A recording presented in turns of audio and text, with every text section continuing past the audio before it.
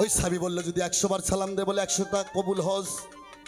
তাই যারা মারফতের লোক সকালবেলা ঘুম থেকে ওঠে মাতা পিতার পায়ে হাত দিয়ে কদম মিশি করে সালাম করে। তাই মারফতের লোককে এবার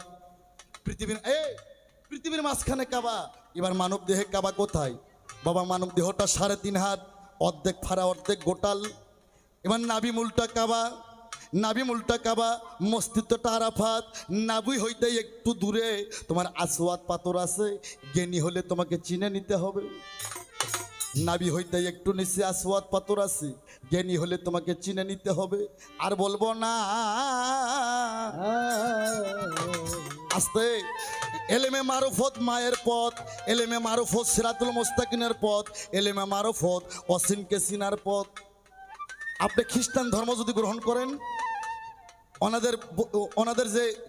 ওনাদের যে মূল গোড়া, ওনাদের যে মুন্সি সক্রেটিস,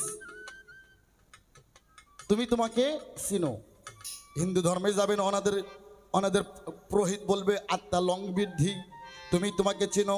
মুসলমান ধর্মে হাদিস কুরসি বলছে মান রাফা নফসাহু ফাকারাতা রাব্বাহু, তোমাকে চিনো। নিজেকে নিজে চিনার নাম মারফত। মারফত আল মারফত, মা মানে নিস, মা মানে নিস, রা মানে দেখা, মা মানে নিস, রা মানে দেখা। নিজেকে চিনে নিজেকে নিজের সাথে পরিচয় হওয়াটার নামেই মারফত। আল্লাহ কয় যে নিজকে নিজ চিনল, আল্লাহ কয় যে নিজকে চিনল সে আমি রব আমাকে চিনল। যে নিজকে চিনল না তাই ইহকালে অন্ধ পরকালে অন্ধ, আর অন্ধর জন্যই আল্লাহ জাহান্নাম বানাইছে। কি তোমার কথা দিলাম আমি মীমাংসা করিয়া রুমি। এই মারফত মায়ের পথ কি এই পৃথিবীতে মুন্সি মৌলানা যত রে আমার মায়ের কাছে নত। সে মায়ের একটা গান গাবো আমি শুনে, বিচ্ছেদ কারে কয়, কিন্তু গানটা গাওয়ার আগে আমার 2 মিনিট সময় দিতে হবে। গানের কিছু কথা আছে, দেবেন না? এখান থেকে যাওয়ার পর যদি 2টা জ্ঞান অর্জন না করে, অর্জন গান শোনাটাই না জায়েজ, রাত জায়গাটা বিফল। যে যেটাই করেন বাবা, এই যৌবন থাকবে না, এই বয়স থাকবে না শামসুল ভাই রে।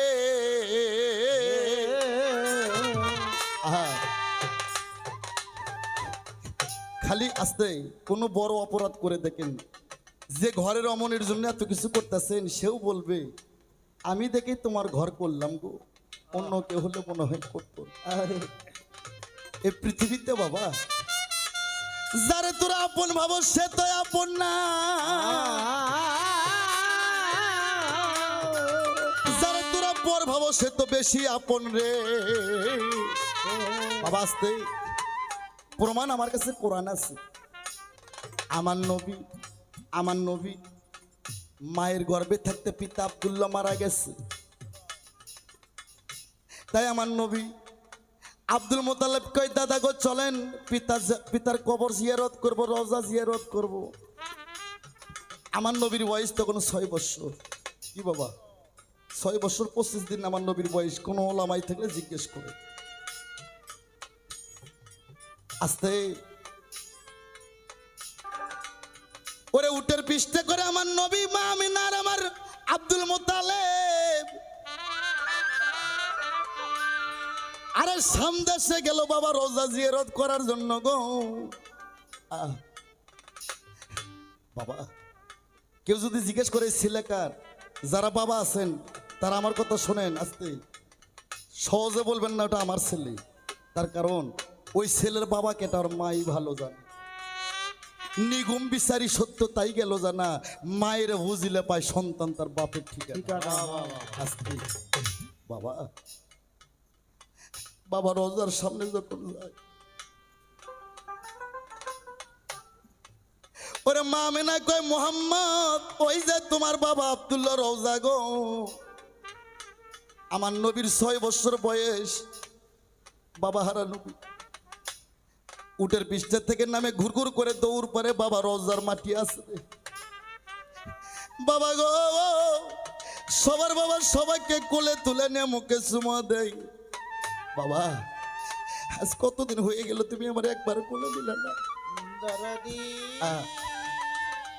বাবাজি মক্কা মাঝি মদিনা, এ বাংলাদেশের মুসলমান, মা বাবার মনে কষ্ট দিয়ে কোন শালাই যদি সারা জিন্দেগি নামাজ পড়ে, ওই শালার নামাজ আল্লাহর দরবারে কোনোদিন কবুল হবে না।